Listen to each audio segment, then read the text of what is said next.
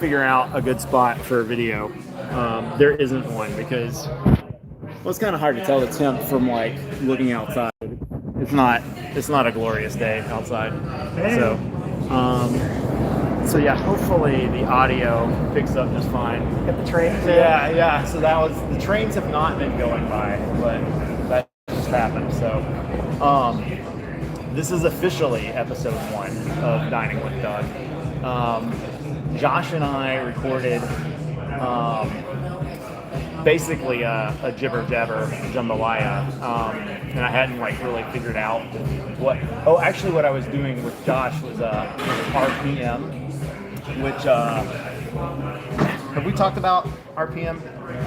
So RPM was music, cycling, and open source.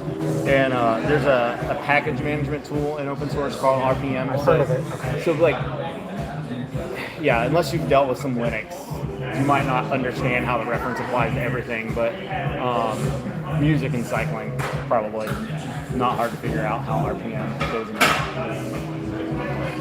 But yeah, Josh and I ended up in a little cafe outside of Paris, and then I had the idea that this could be the format. So we were talking about Rhino stream and wanting for his stream to be big, and then not wanting to step on his toes, and maybe others as well. So he had John Worthy on last night. I guess how does you having a music show step on Rhino's toes? I guess maybe that's the first thing to set up, because I just don't see it. I don't think it does in the beginning, but if I were to ever get popular, I would not want to be popular. I would want anybody that would be listening to me to listen to him. I mean, I also don't have time, like, the magic chemistry of Rhino is that he finds the music. Yeah. Right? And so But why couldn't you find the music? I could find the music, but I have that would be adding a thing to, I could probably, I might be able to find the music, but at this point I just use the music that he does. So if I would be doing a show, it would be just playing the music that he's already sound, so it's no use to do it. I mean, I can't stop myself from talking politics and talking about, like, my stuff. So that would be part of my show, but it would be his music. So it's really not, it would be dumb to be doing a show. But Rhino, I mean, he famously has like the after party, which goes on forever. Yes. I mean, I feel like you could easily do like some sort of like recontextualization, and people would be into that. The highlight package, if you will, like,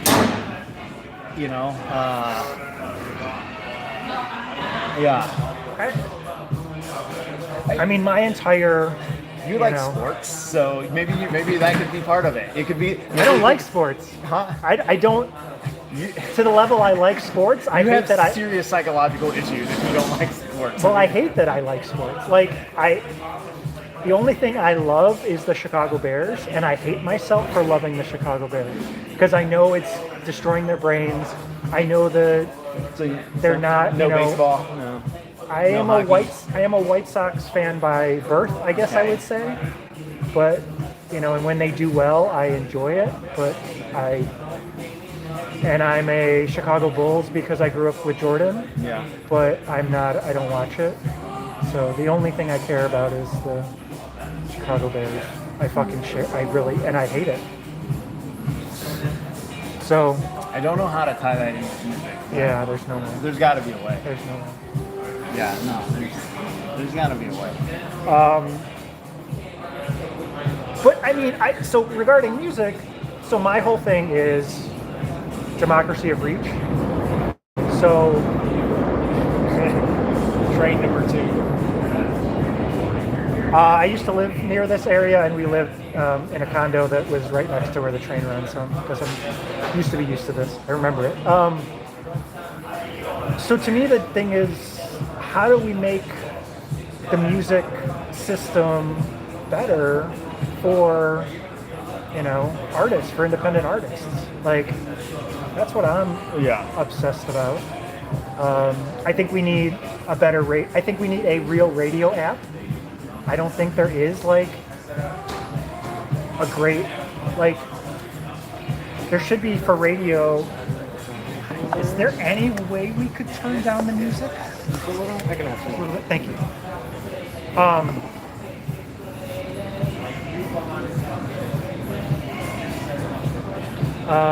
Yeah, there needs to be a better radio app. There needs I guess the thing is, like, if that's the end goal, then how do you reach the people that can make that a reality? Right. Because, like, right now, I don't think we have the folks in the community to make that happen. And not to say that, like, there's not enough technical skill. It's not the combination of, like, technical skill and time. You gotta go get a napkins. Is this where I should play, like, the Jeopardy theme song or something like that?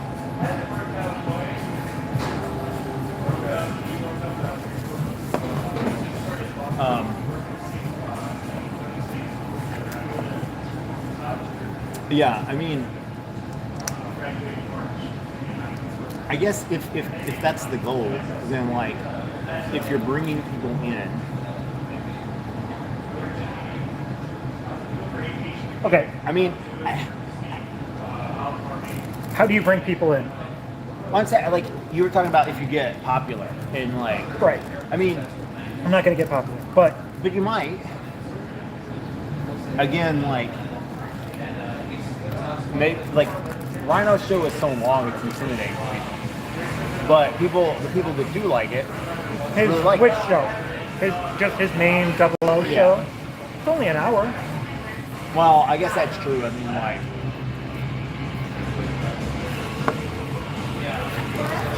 mean, like, in some sense, I think he does everything right. So, I think, I think one thing that would be popular, is if somebody curated like workout mixes. There are a few of those, but, like, there's none that's, like, CC based,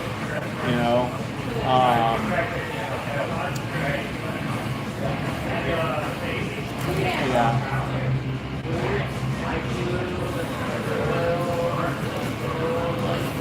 I don't know. I mean, there's a developing community, right? That gives me a lot of hope.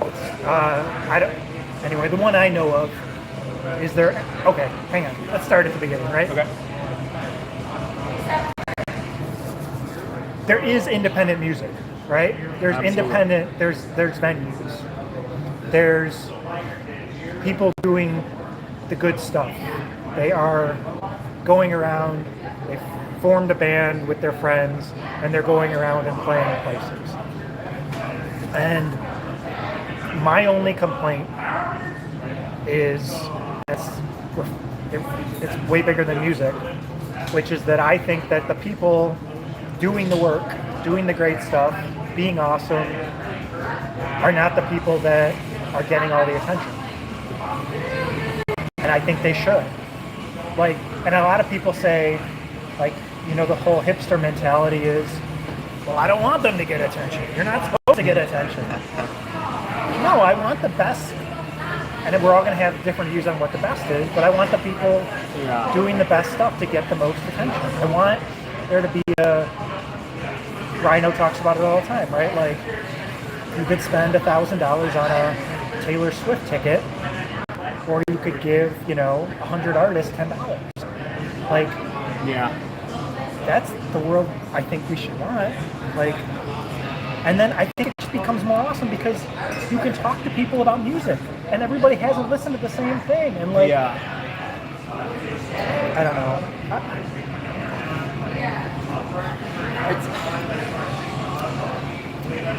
It's interesting. I mean, this is a little bit of an aside, but you're talking to people about music, and like, we tried having a listening party to get people together to do just that, and like, people just, I mean, a few people, but by and large, people just didn't want to do it. Right, but that's because we're doing the right thing, but the machine is biased against us. I'm right? saying, like, I invite people personally to come and talk about music, and then they don't want to do it. Like, but they would do it if you had 10,000 listeners. I don't know if that's true. I mean, maybe, I don't know. I mean, some people would, but like, I think some people would be turned off by that. Fine, not 10,000, 100. I don't know, but I mean, I guess it depends. But on I mean, I guess for me, like, and this 1,000. This changed because we weren't getting the participation.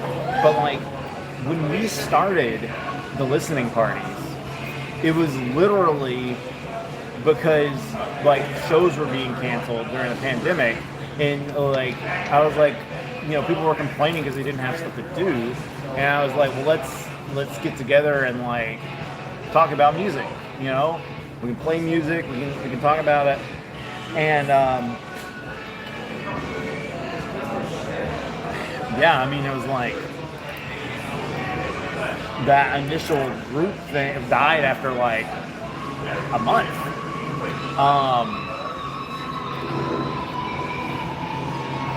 And then so we kind of like pivoted into being, well, I mean, it started out being like a work thing, and there were like 3 of us, but then like one of the folks was let go, and then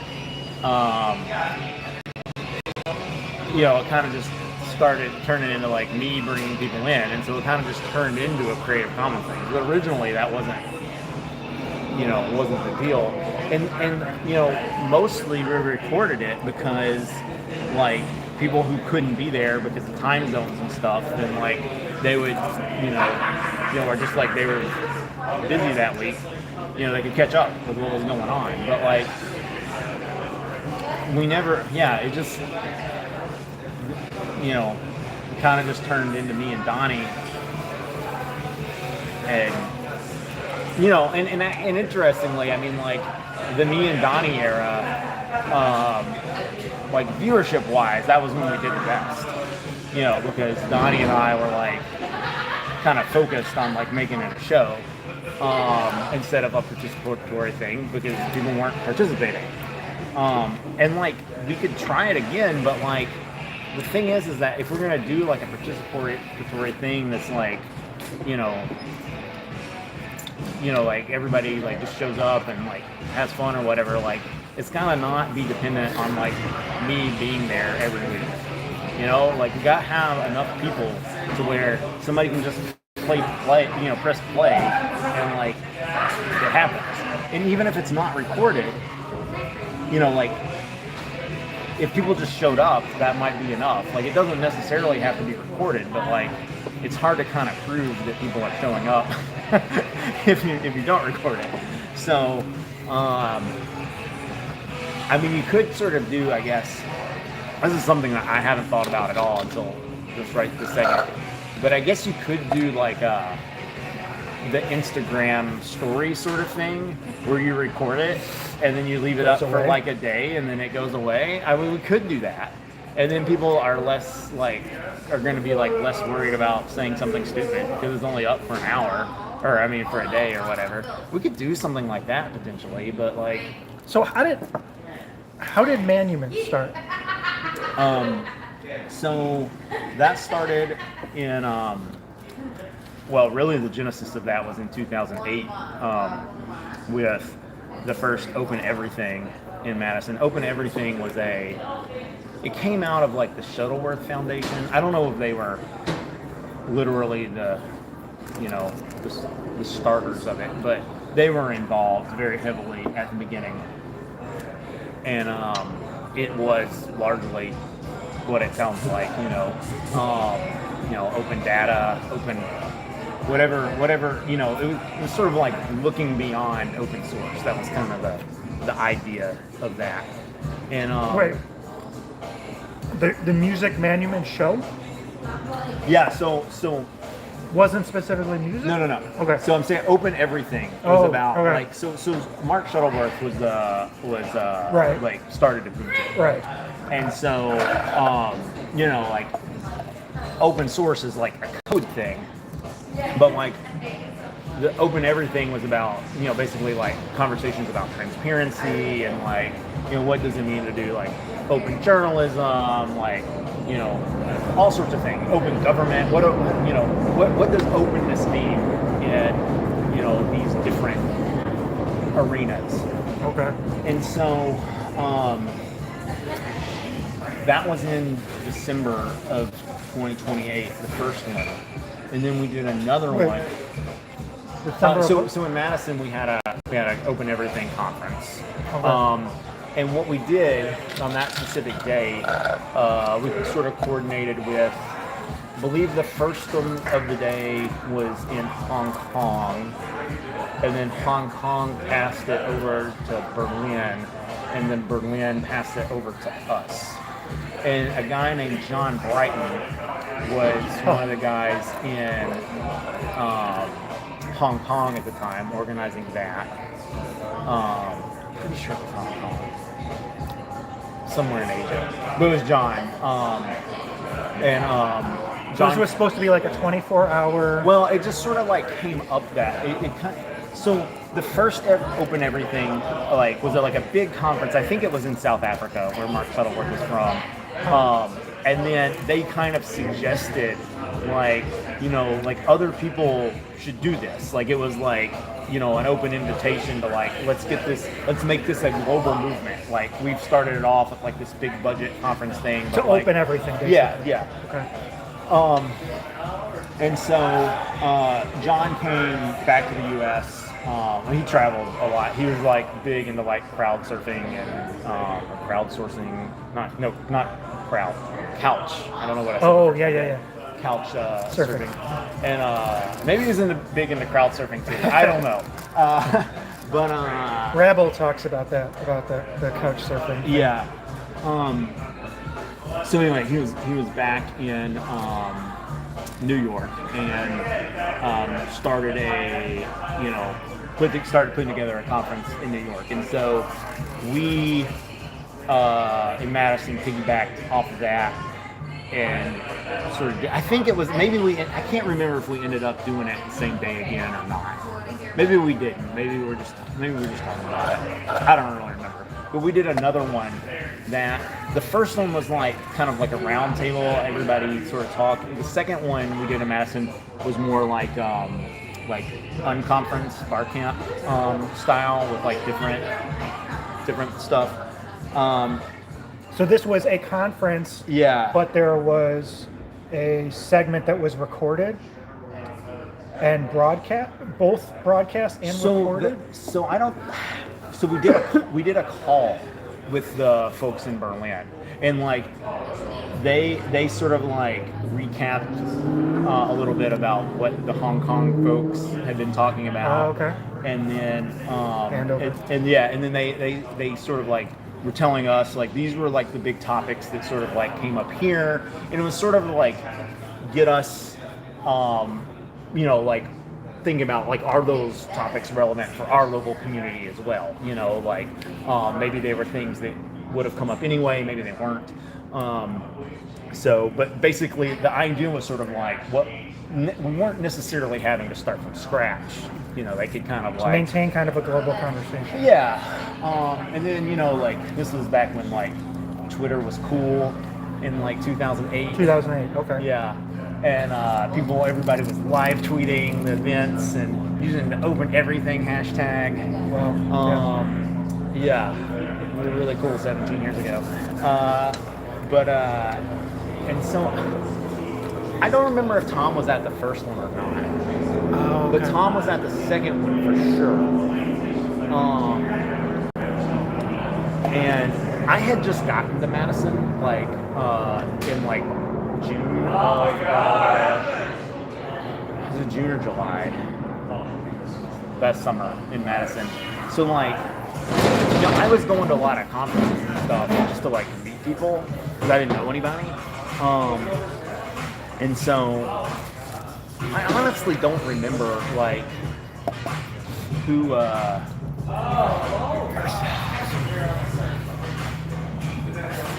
don't really know how that. I don't remember how the first open everything, how I got involved in that. I don't remember the timeline of everything. Maybe it was because I went to the bar camp in Milwaukee, and that's sort of. I don't remember. It kind of doesn't matter, but anyway, like. And bar camp was generally a Linux thing? I'd say no. Oh, really? But,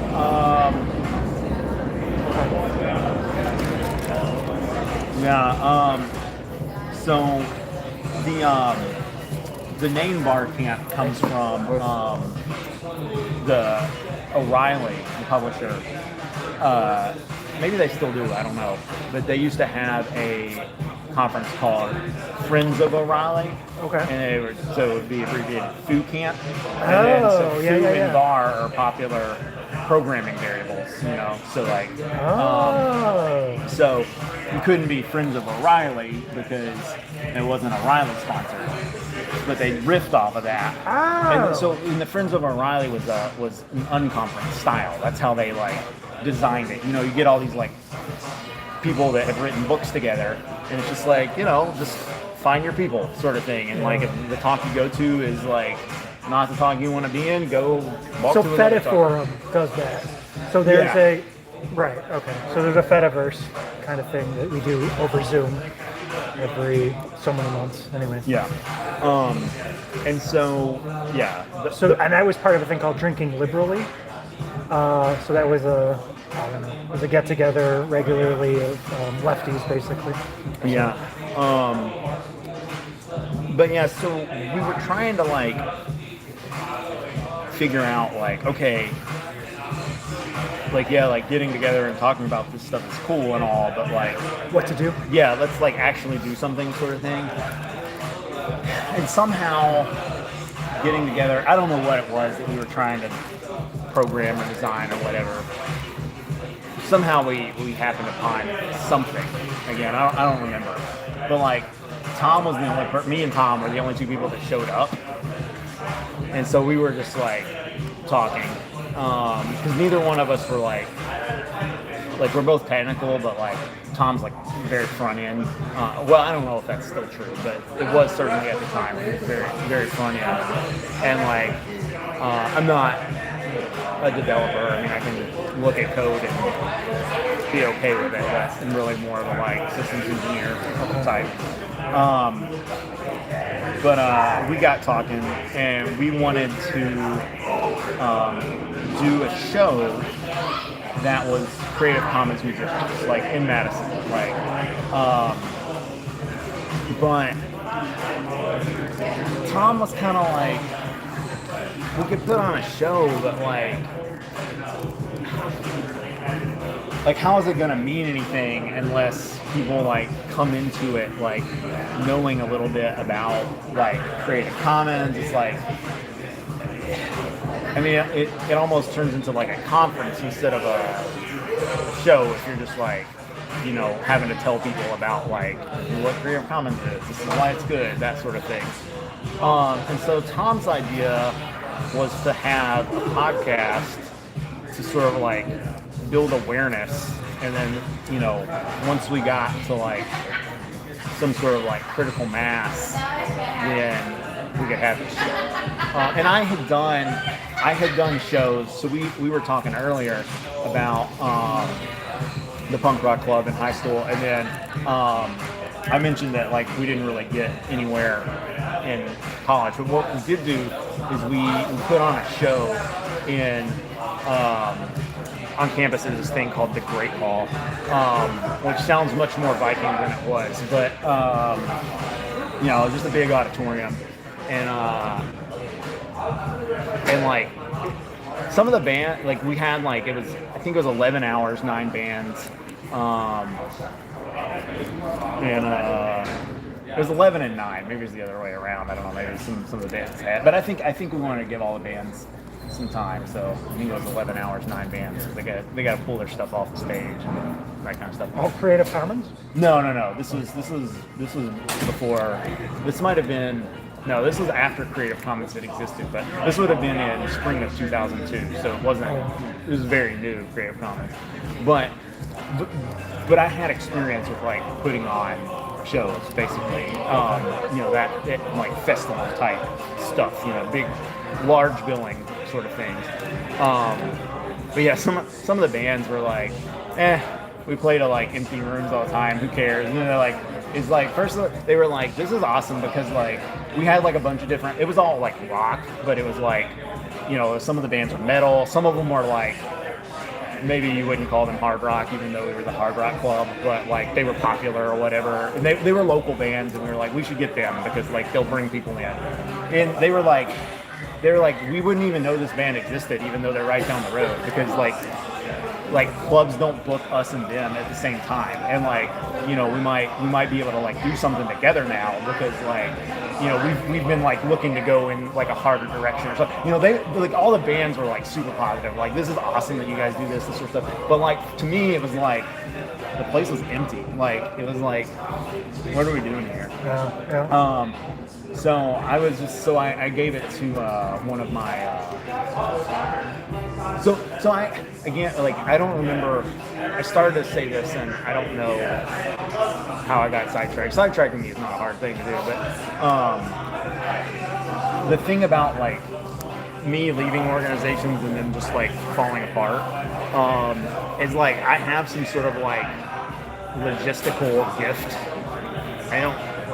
You know, it's not like, you know, unfortunately they don't like pay people like millions of dollars for like, you know, being able to organize shit like this, but like it's apparently something I'm good at. Like, so like, yeah, a lot of the organizations that I've led, they just like fall apart after I'm gone. And this even happened with like, I took over the Madison Linux user group, and then like I left Madison, but we were like the organization was fine before I was there, and I took it over, and like that was probably like the most like truly successful organization. Like we you know, earlier we were talking about the definition of success, and like it was just like, yeah, awesome, man. Is there a game you want me to put on the TV? No, thanks. No, we're good, thanks.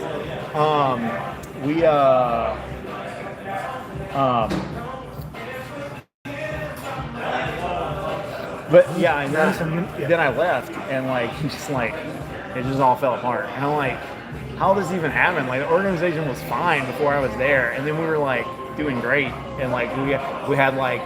Because what I was able to do was build a coalition. Like I brought in like the head of like the Python user group to talk about Python. I brought in the head of the Ruby user group to talk about Ruby. You know, it was all basic stuff that was easy peasy for them. But it was still like it was time out of their day to like come and talk to us. And like I thought we were doing great, and then I left, and then just like the organization died. So I have a lot of history with like trying to figure out like how things like survive like beyond me. Like I thought about it a lot because they just haven't. Yeah. So Music Monument, like you know, we never did the show. Like it never came to being. But we did the podcast, and you know, I was moving around a bit. I think, you know, like now that like I'm gonna be in Minneapolis for the foreseeable future, like it'd be easy to like get something going again, but it's like, what is the right thing to get going? Like the listening party was like, I don't know. So with Music Monument, you mostly highlighted artists? That's an interesting question.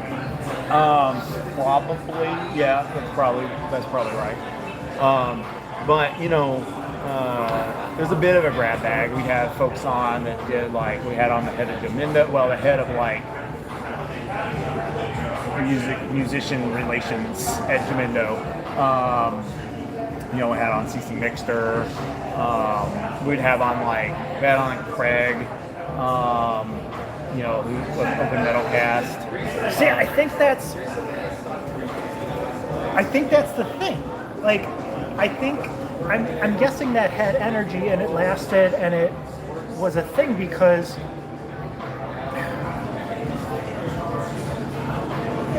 I think we're in the space where we really don't know what we're trying to specifically do, but if you highlight all the things that are happening, stuff can grow out of it. Yeah. In the same way as like you were saying about having all the bands together, like something can come out of there and you just don't know that it's going to come. Yeah, for sure. So I guess when I'm thinking about what I would generally call the indie music world, that's what I want to see happen. You know what I mean? So there's this thing, and I don't know specifically where they came up with it. So it's NHAM, right? It's the indie music thing or whatever. And they've got a website and they've got some things they highlight on there.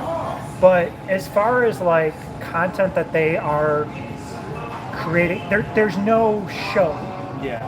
But right? but Tom is doing that. Yeah. Right. So yeah, I guess Tom is doing.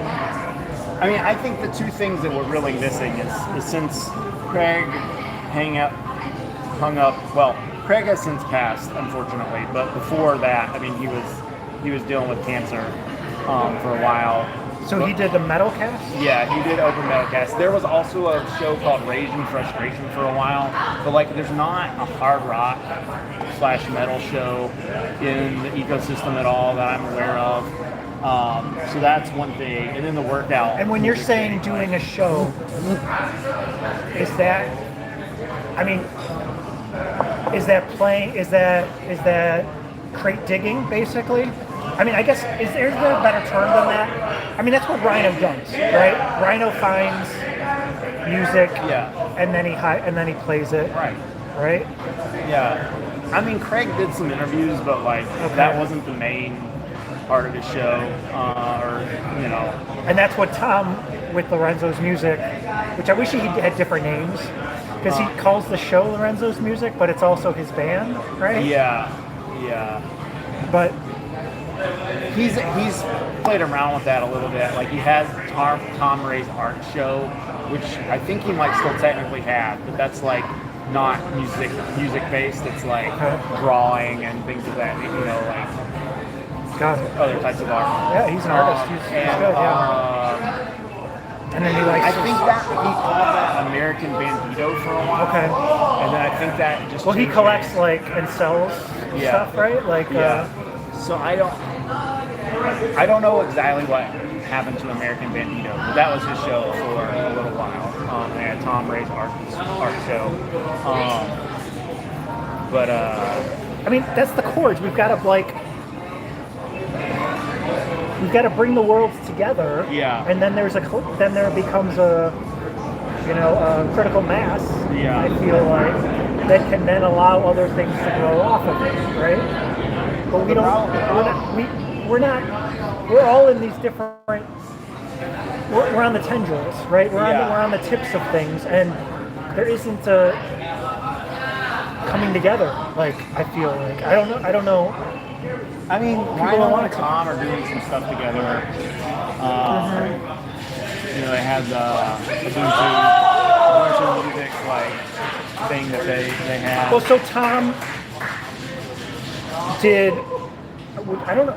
Tom was down in Jackson and was on the show. on Rhino's Friday night show, a Double O show.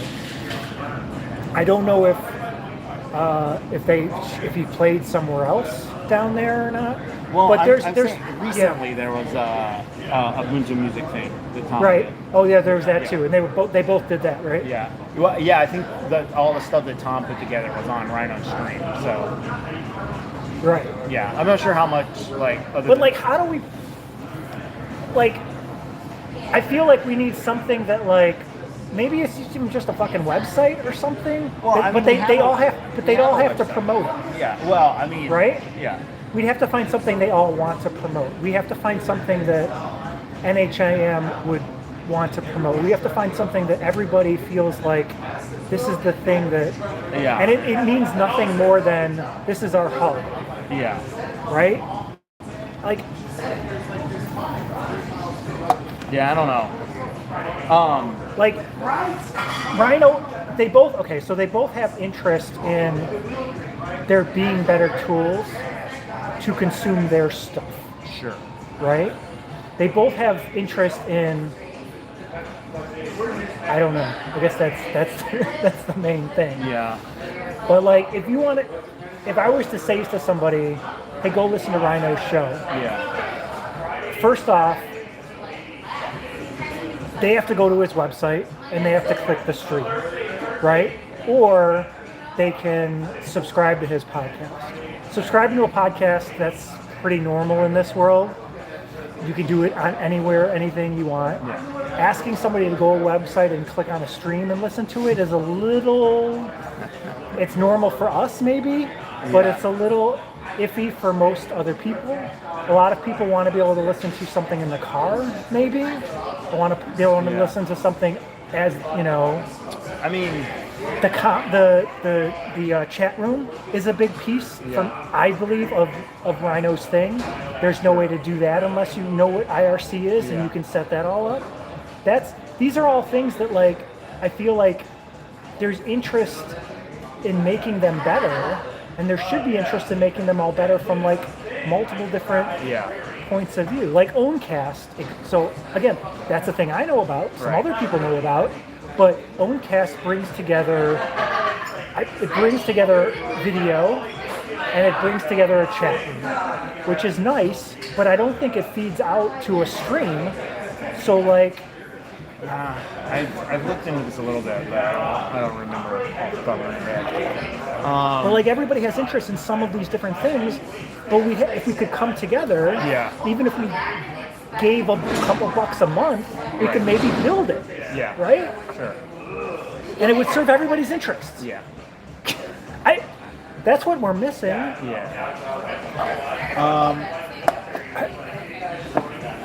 Let's pause there. Yeah. And then let's figure out what we're gonna do. Maybe this will be part one. Maybe this will be it. You got anything else you want to say before we end part one? We're good. Thanks. Okay. Awesome. Yeah. I'm losing steam physically here, so that's sort of.